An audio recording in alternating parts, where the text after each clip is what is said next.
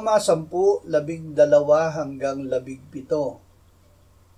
Walang pagkakaiba sa Hudyo at Griyego, sapagkat ang Panginoon ay siya ring Panginoon ng lahat, at siya'y mapagbigay sa lahat ng tumatawag sa Kanya. Sapagkat ang lahat ng tumatawag sa pangalan ng Panginoon ay maliligtas. Ngunit paano nga silang tatawag sa Kanya na hindi nila sinasampalatayanan? At paano sila sasampalataya sa Kanya na hindi nila napakinggan? At paano sila makikinig kung walang mangangaral?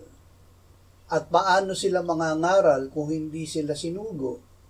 Gaya ng nasusulat, anong ganda ng mga paa ng mga nagdadala ng mabuting balita ng mabubuting bagay.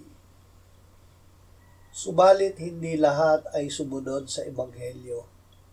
Sapagkat sinasabi ni Isayas, Panginoon, sino ang naniwala sa aming balita? Kaya ang pananampalataya ay nanggagaling sa pakikinig, at ang pakikinig ay sa pamamagitan ng salita ni Kristo. Makinig ng salita. Paano makatatawag sa Panginoon upang maligtas? Makinig ng salita ng Diyos. Ang pananampalataya ay bunga ng pakikinig ng salita.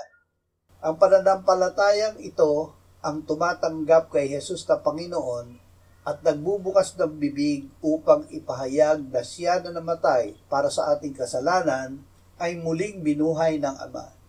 Gamit ang pananampalatayang ito, ang lahat ng tumatawag sa pangalan ng Panginoon ay maliligtas.